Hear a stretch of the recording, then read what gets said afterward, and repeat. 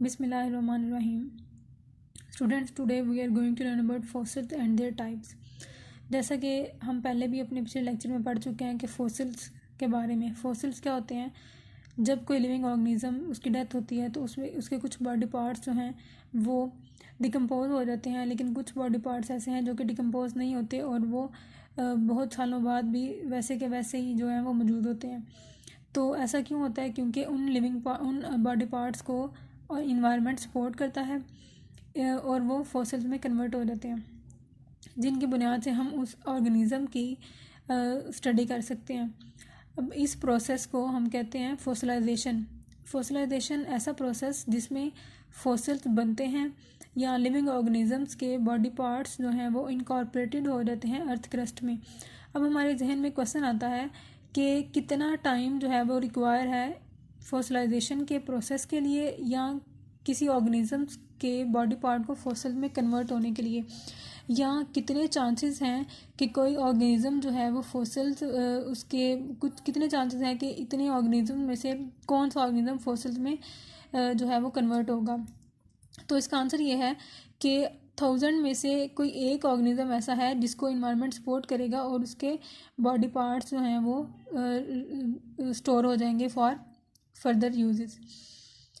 और complete fossilisation process को 10,000 years require होते हैं। अब हमारे पास फॉसिल्स की दो टाइप्स हैं। पहली टाइप है अनअल्टर्ड फॉसिल्स और दूसरी टाइप है अल्टर्ड फॉसिल्स। आज हम पहली टाइप को डिस्कस करेंगे डिटेल में, जो कि हैं अनअल्टर्ड फॉसिल्स। ये ऐसे फॉसिल्स हैं जो कि जिसमें ऑर्गेनिजम्स के जो ऑर्गेनिक पार्ट्स हैं वो रिमेन अनचेंज रहते हैं या वो चेंज नहीं होते over very long period of time. जब ऑर्गेनिज़म की डेथ हो जाती है और उसके बॉडी पार्ट डिकम्पोज हो के स्टोर होना शुरू हो जाते हैं तो उसमें जो ऑर्गेनिक पोर्शन होता है वो डिकम्पोज नहीं होता, वो अनचेंज, वो रिमेन सेम ही रहता है। क्यों? क्योंकि उसको एनवायरनमेंट सपोर्ट कर रहा है। आगे अनअल्टर्ड फॉसिल्स की फर्दर दो टाइप्स हैं, जिसमें पहली टाइप है complete unaltered fossils. Complete unaltered fossil की एग्जांपल है कार्केसेस ऑफ लार्ज मैमल्स, जिसमें सबसे पहला मैमल है वुली मैमोथ।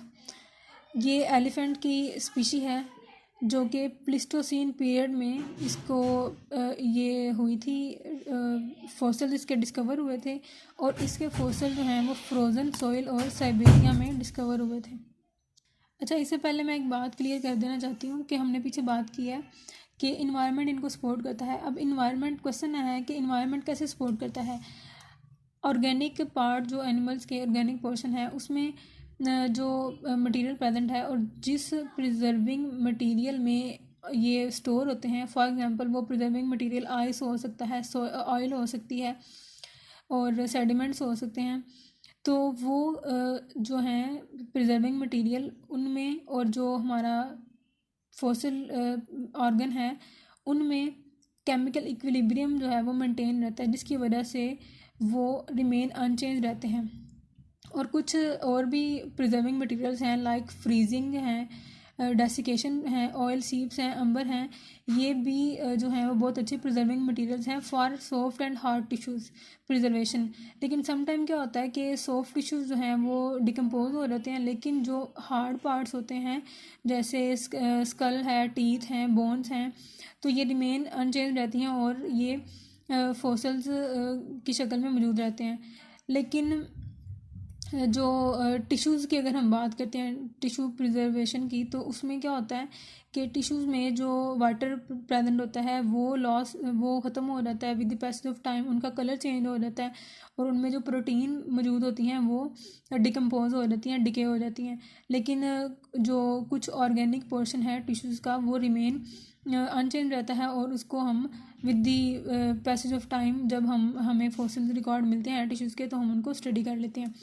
अच्छा, अब हम बात कर रहे थे वुली मैमोथ की, जिसमें हमने बात की है कि ये प्रेजेंट डिस्कवर हुए थे फ्रोज़न सॉइल ऑफ साइबेरिया जो है उसकी सॉइल में डिस्कवर हुए थे। और कब हुए थे? 30,000 ईयर्स अगो जो हैं, इतने साल पहले ये डिस्कवर हुए थे।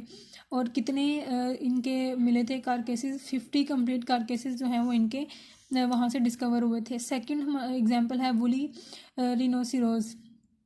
ये जो है रिनोसिरोज एनिमल जो है ये इसके बॉडी पे पूरी जो है वो हेयर्स प्रेजेंट होते हैं जो कि इसको कवरेज देते हैं फ्रॉम डिफरेंट इन्वायरमेंटल कंडीशन, जैसे कोल्ड कंडीशन से इसको हीट प्रोवाइड करते हैं उसके हेयर। तो ये वो एनिमल है जो कि इसके फॉसिल्स डिस्कवर हुए थे ऑयल सैचुरेटेड सॉइल में। और पोलैंड की अर्थ पे ये जो है वो इसके फॉसिल जो हैं वो डिस्कवर हुए थे।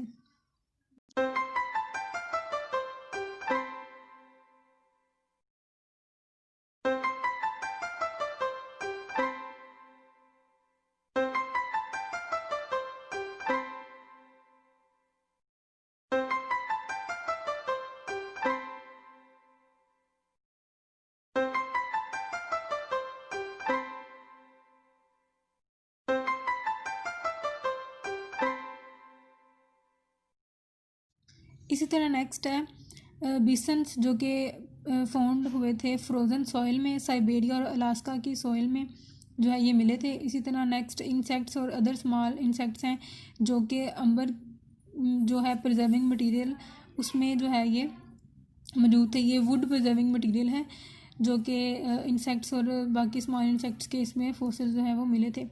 और इसी तरह प्रिजर्वेशन है डेजर्ट एनिमल्स की। डेजर्ट जो है वो एक अच्छा प्रिजर्विंग मटेरियल है फॉर डेजर्ट एनिमल्स। इसमें होता ये है कि बाय विंड और bye shifting of soil animals के कुछ सॉफ्ट पार्ट और कुछ हार्ड पार्ट्स जो हैं वो प्रिजर्व हो जाते हैं। अब पहले हम बात कर चुके हैं कि सॉफ्ट पार्ट्स सम टाइम क्या होते हैं, डिकम्पोज हो जाते हैं, लेकिन हार्ड पार्ट्स जो हैं वो रिमेन प्रेजेंट रहते हैं, अनचेंज रहते हैं। नेक्स्ट है टीथ। कुछ जो हैं वो एनिमल्स स्पीशीज जैसे कि एलिफेंट है, हॉर्स है, शार्क है, इन सब के टीथ जो हैं वो प्रिजर्व हैं और ये हमें मिल जाते हैं फॉसिल रिकॉर्ड में। इनमें जो प्रोटीन मौजूद थी टीथ में वो with the passage of time जो है वो उसका कलर चेंज हो गया और वो डार्क इन कलर हो गई। ये हम पहले बात कर चुके हैं कि जो टिश्यूज़ हैं उनमें जो प्रोटीन्स होंगी वो अपना कलर उनका कलर चेंज हो जाएगा या वो डिकम्पोज हो जाएंगी due to different environmental conditions. लेकिन इनमें जो मिनरल था, ऑर्गेनिक मिनरल एपेटाइट जिसका नाम है, वो रिमेन अनचेंज रहा और जो कि हमने इनके टीथ में स्टडी किया फॉसिल रिकॉर्ड में। सेकंड टाइप है इनकी इनकम्प्लीट अनअल्टर्ड फॉसिल्स। ये फॉसिल्स ऐसे फॉसिल्स हैं जिनमें जो फॉसिल रिकॉर्ड है उसमें फ्रेगमेंट्स जो हैं वो एनिमल रिकॉर्ड के मिलते हैं।